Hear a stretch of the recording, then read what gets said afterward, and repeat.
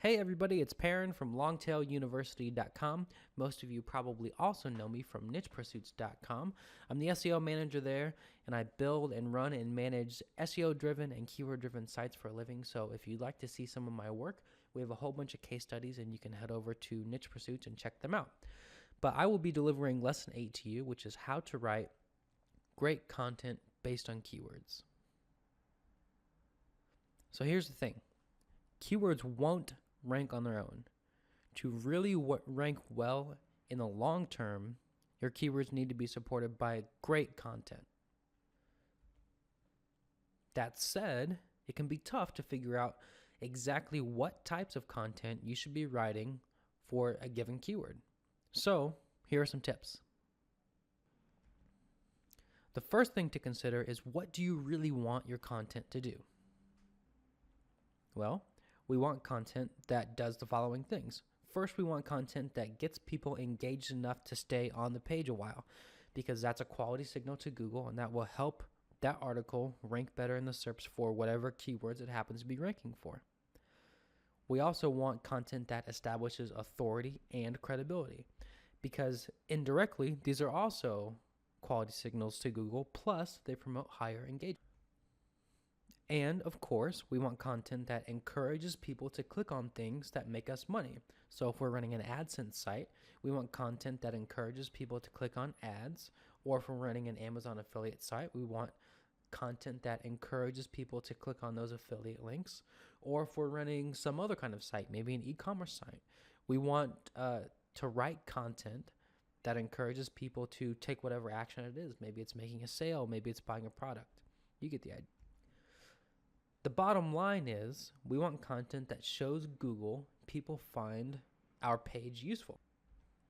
Because if we can do that, not only will those quality signals start to add up, and our blog posts will start to rank better, not only for the targeted keyword, but also lots of long tail keywords, but we'll also start making some money. So how do we create this type of content? Well, here's the number one most important thing, in my view anyway, because by doing this particular thing, you will get by default all the other stuff. You'll kind of check all the boxes. And that is to answer the question the searcher is probably asking.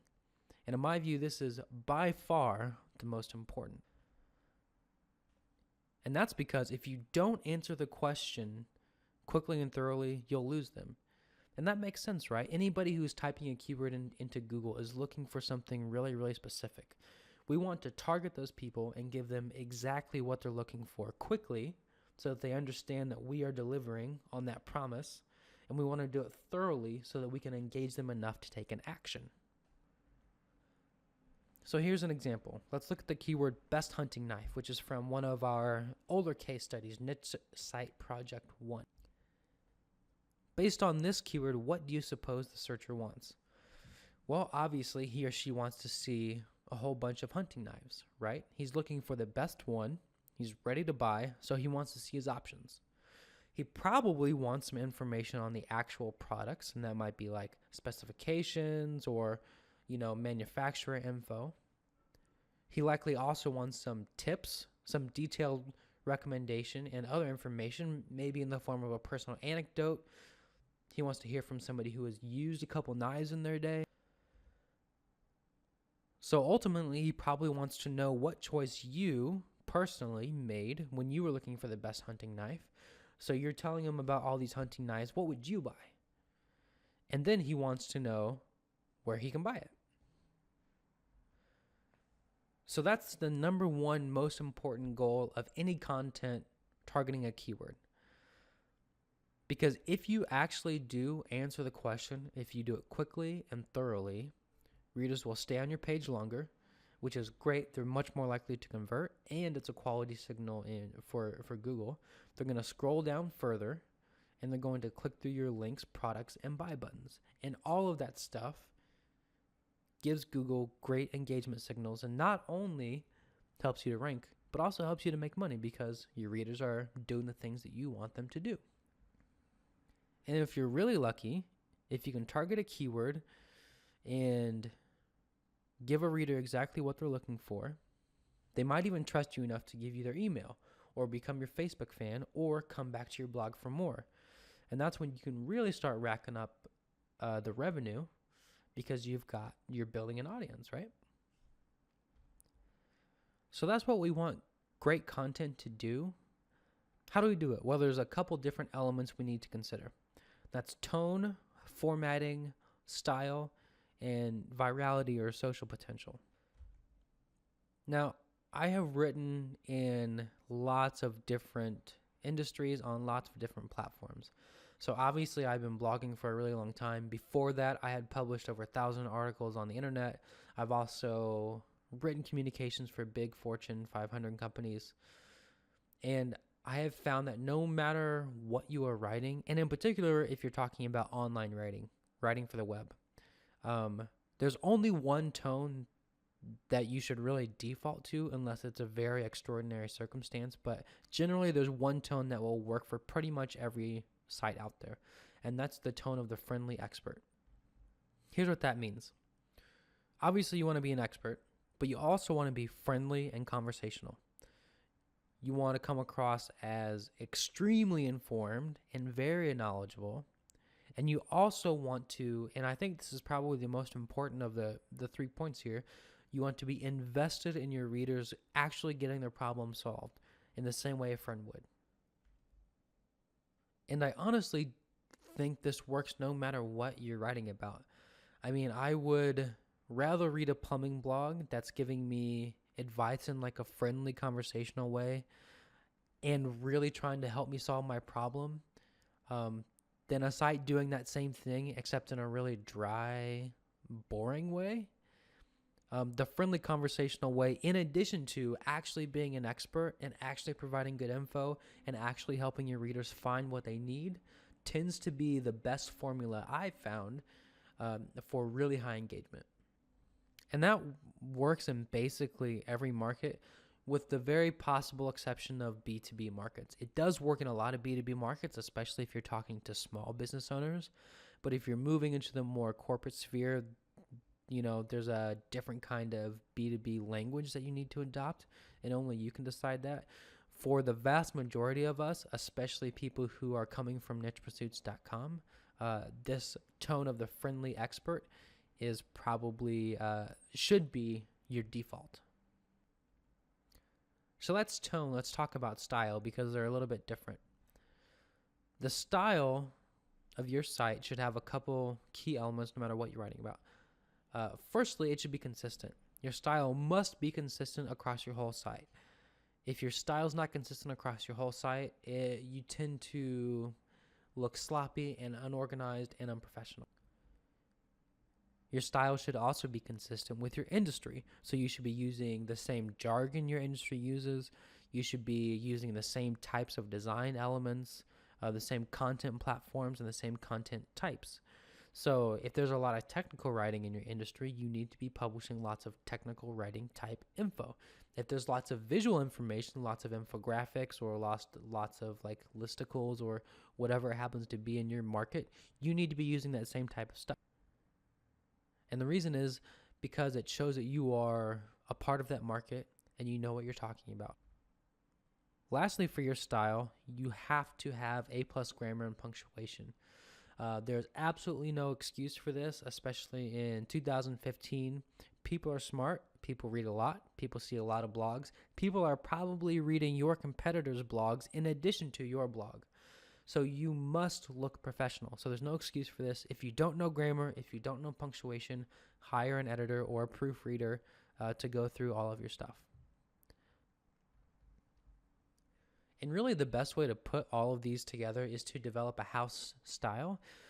When you are writing as a freelancer, typically when you get hired, and I know because I did this for many years, typically when you get hired anywhere, they'll give you a house style guide, which has guidelines for what type of punctuation they like, their rules, how to structure articles, and that sort of thing. And that's a good way to both be consistent and set up rules to use like industry standards, and also establish some grammar and style guidelines for your writers and editors, whoever they are. I also wanted to talk a little bit about virality for articles because in the previous lesson we mentioned the difference between a money article and like a linkable asset or a shareable asset. But social bookmarks can go a long way for any article, and there's a way that even the most boring articles can get some shares. And here's the way I do it. If you use a plugin like SEO by Yoast, they will let you put in different metadata for social media sites than they do for like Google. So for example, you can have a really boring title that shows up in Google with your keyword right up at the front, while you have a really exciting viral type title that shows up on Facebook and Twitter or wherever else somebody shares it. So in general, I try to share most of my articles on some social media platform, and I will have a quote unquote boring SEO driven title as the main title on my blog, and then I will change the social title to some great viral headline that's much more likely to be shared, and I'll share that on my social media platforms. And that's just to get some initial traffic and a little bit more engagement and some more good quality social signals for Google. So we've kind of gone through what makes up good content. I want to look at a few examples. Here's an example of an article that really puts everything together well. This article has super high engagement, and if I remember correctly, this is one of the highest traffic articles on Survival Life, which a lot of internet marketers know about. So this article is about 36 paracord projects for preppers. And you can see a lot of the stuff that we talked about in this article. So first of all, there's tons and tons of information here. There's lots of really in-depth tutorials. So it's a very authoritative piece in terms of who's an expert, right? You read this and you know that this is somebody who actually knows about paracord projects, or at the very least has done way more research than you have on paracord projects, and they're providing tons and tons of resources, right? So you know this person is an expert. But if you read the article, and we won't read it here, but you can go check it out, it's still very friendly and very fun and very conversational. So here they really nail the tone. Plus, and this is a given on any big site or any site that's doing as well as survivallife.com, the style and grammar and punctuation is totally immaculate, and that's probably because they have a team of editors. You don't need a team of editors, but it's something that at least you should be looking for every article. And lastly, it's got a lot of viral potential. So anything, I mean, this is basically a listicle. Everybody knows that listicles do well on social. And here, instead of having different metadata for the search engines and for social platforms, they just turn their title into something that's also very shareable, 36 paracord projects for preppers. So they're targeting this keyword paracord projects and paracord projects for preppers, but they turned it into a listicle to make it a lot more shareable. So this one's definitely a winner. And here's one from good old nichepursuits.com. This is one of our better articles. This is ranking for a really big keyword. It's ranking really well for a really big keyword. I think it, at the time of this recording, is number 4 for the keyword Amazon affiliate, which is obviously a huge keyword. And here, Spencer is doing a lot of things right as well. So it's really clear, first of all, that he's an expert. And that's not just from this article. Spencer has established that just because of the work that he's done on his site and the trust that he's built with his audience. But with this article, it's still clear that he's an expert. And Spencer also does a really good job of nailing the conversational tone that you should have if you're speaking as an expert. And what he does particularly well is he gets across that he wants his readers to succeed. And in fact, the whole point of this article is to provide some benefit for his readers, you know. So with the paracord article, you might read that if you're a hobbyist or, you know, there's obviously a purpose for the article. But what's really strong about this one is that it's totally driven by the expert, in this case Spencer, really wanting his readers to do well or succeed or get some benefit after reading the article. And that goes a long way for engagement. And of course, the grammar is really good and the style is really good. Spencer is always really good about that. And this is also a listicle. So it's a viral shareable type title, and we can see it has plenty of Facebook shares, plenty of tweets, and a whole lot of engagement. 86 comments, which is really, really high. And I'm not saying that you have to make a listicle, but if you want to combine the two, a listicle is a good way to do it. And here's one I wrote for my old blog on apennyshave.com. This was an Amazon affiliate site, but I wanted to target this keyword, cool beard styles, and I ended up ranking number 1 or 2 for beard styles, which was a very large volume keyword, and this was by far my highest traffic article on the site. And I think I'm doing a lot of things well here as well. And it's just the same stuff, so I'm trying to come across as a friendly expert. I'm providing lots of good info. I have some history of beards. I have a whole bunch of different styles and the products people might use to use them, some tips on how to wear them, and sort of what the beard pairs with. So someone who is just growing a beard and is thinking about cool beard styles is getting a lot of value from this.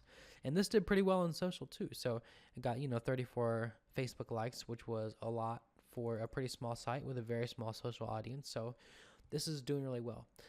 Probably the master of this, though, is Brian Dean from Backlinko. So let's take a look at one of his articles. I love the way Brian Dean writes. So if you're looking for a model for the friendly expert, Brian Dean is probably one of the best people to emulate. And I won't read the article out loud, but if you check this one out, this is it's called On-Page SEO. Backlinko.com/on-page SEO.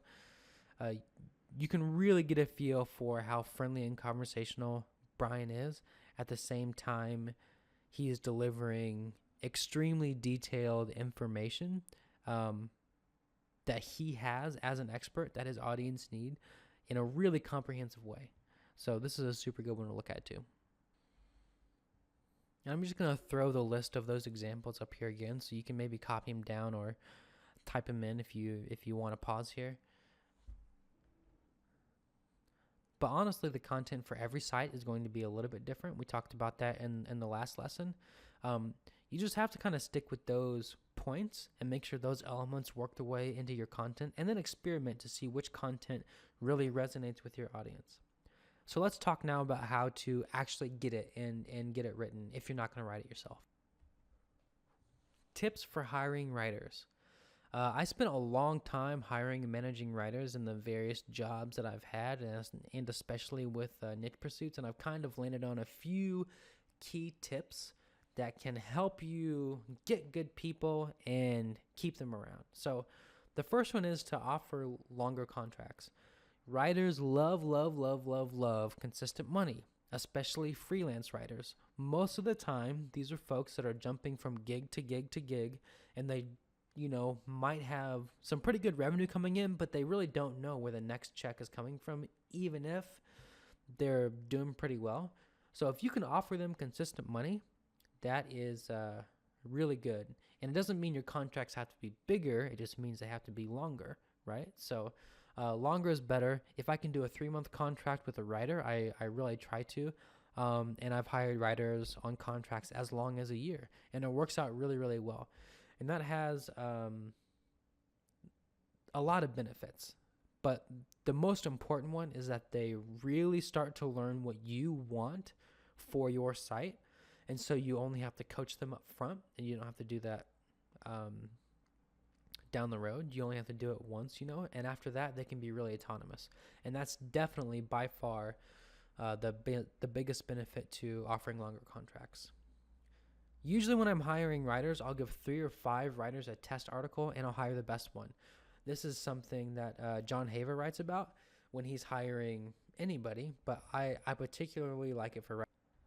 So basically, I will find 3 or 5 people on Elance or Odesk or Copycog or wherever, and I'll give them all the same assignment, and then they'll give them back to me. And I'll be looking for a lot of things aside from the quality of the writing. I'll be looking for speed. I'll be looking for efficiency. I'll be looking for who does it on their own versus who asks a bunch of questions, because there's usually a happy medium there. But then I will also, of course, look at the quality of the writing. And typically I will hire the best one, but if I'm really looking for the best person, I'll hire two and then give them each a different article. But hiring a couple to give, or hiring a handful of writers and giving them a test assignment is a really good way to find someone good. And the other tip I have for hiring writers, and I wish I had figured this out sooner, is to hire writers who are also contributors on large media sites. Huffington Post, Entertainment Weekly, Digital Journal, that type of thing. And there's a couple reasons for this. First, the writing quality will usually be much, much higher. These are people who know how to write for large, active audiences who have already been vetted by these large, important, authoritative sites. So you know the writing is going to be at some quality level, right? Secondly, you'll get really easy mentions on those sites. You know, you can just say, hey, if you're going to write an article about this, throw in a mention to my site. And because you have that relationship, they can make it happen. It's like building a relationship with a journalist, except it's someone you work with every day. So it's even better. So if you can, hire writers who are also contributors on large media sites. So where do you find these folks? There are a bunch of different places. There's freelancer.com, which I haven't used a lot, but it's so good. Copycog.com it's a freelance marketplace plus a writer management solution, and it integrates really well with WordPress. And you can see people's portfolios really easily. So copycog.com is pretty good. I also like Reddit for Hire, which is a subreddit on Reddit. It's a freelance forum. The quality of writers are usually pretty high there. But there's not a ton of writers because it's a freelance forum for every type of job. And everybody's a little bit expensive just because they're all US-based people. ProBlogger.com has extremely high-quality writers, but most of those people are professionals, so you're going to be paying more, but that's okay sometimes. Investing in content is a good thing to do, especially if you have a site that's already working. Upwork.com is the merger between Elance and Odesk. It's a freelance marketplace. It's going to be hit or miss if you're going to be hiring batches of writers to try to find a good one. This is probably the place to do that. And Elance.com, which I think is merging into Upwork, but still exists, and you can sometimes find different people that you can't find on Upwork. So I've hired people there too. But all of these places you can usually find freelancers. If you're just starting out, I think probably Elance or Reddit would be a good place to go first. Reddit for a little bit higher quality, Elance for lots of different options, and a place where you can see lots of portfolios at once. So those are the two I'd probably go with if you're not going to like hire somebody you know or something. If you don't want to hire a freelancer on your own, there are plenty of content agencies that you can go with. There are pros and cons to content agencies, and I've written about why I will never use a content agency, but I've kind of changed my tune since working with a few better ones. So here are some of the ones that I recommend. First one is Word Agents. This is probably the one I use the most. They are expensive, but you get a project manager, and the writing quality is generally pretty high, but they are pretty expensive. TextBroker is also out there. The good thing about TextBroker is that you can choose your level of quality, and of course the top quality is going to be much more expensive than the lowest quality, but for most people there's a happy medium. I tend not to use them because I invest heavily in the quality of content on my site, and I care a lot about it. It's very important to me, and it's just too expensive to get the top tier of TextBroker. You can find stuff that's just as good in other places, but if you have a low stakes site, like you have a site where you have to write descriptions for a bunch of hotels or something and there are only 200 words or whatever, TextBroker would probably be a really good way to get that much writing really quickly. LongerDays.com is also really good. It's a like all-in-one outsourced solution, so they do stuff besides writing, but but writing and editing is one of the things they do. It's very expensive. It's the same as hiring an employee. The benefits are, of course, quality is really high, and you get a project manager who manages the writing totally. Plus, because they do a whole bunch of different stuff besides writing, you can also have them like edit it and post it on your site and handle all of the publishing actions too. So if you're looking for something that's truly all in one, Longer Days is probably the way to go. And then Grad Assistance, if you're just looking for cheap writing. Grad Assistance pays its writers with student loan repayment. So all of the writers there are college educated and have graduated from college at some English-speaking institution, which is really cool. And they're getting paid back with loan repayments. The downside is the quality is usually in the B-, B+ range because, as most college students do, they just don't care that much. So I've had to send a bunch of stuff back to them before, but I've also gotten just massive batches of content for pretty cheap. So these are kind of your 4 options if you want to go with an agency. And, there should be an option for most people within these 4. And the real reason you would go with an agency over hiring a freelancer is if it's time for your business to scale. So hiring a freelancer to do a couple articles a week is really great and very feasible. Hiring a freelancer to do 50 articles a month is just absolutely not possible while keeping the quality up without hiring that person full-time and getting them, medical and health benefits. So agencies are a really good way to scale. But overall, that's it. With content, you have to really experiment with what your site needs. But if you practice tone and practice style and practice formatting and try to write a couple articles that have some viral and social potential, and if you hire some good writers or a good agency, and you have a good editorial process in place, you can publish some really cool, really engaging content that makes you some money. But that's it for this lesson. Hope you enjoyed it. Thanks a lot.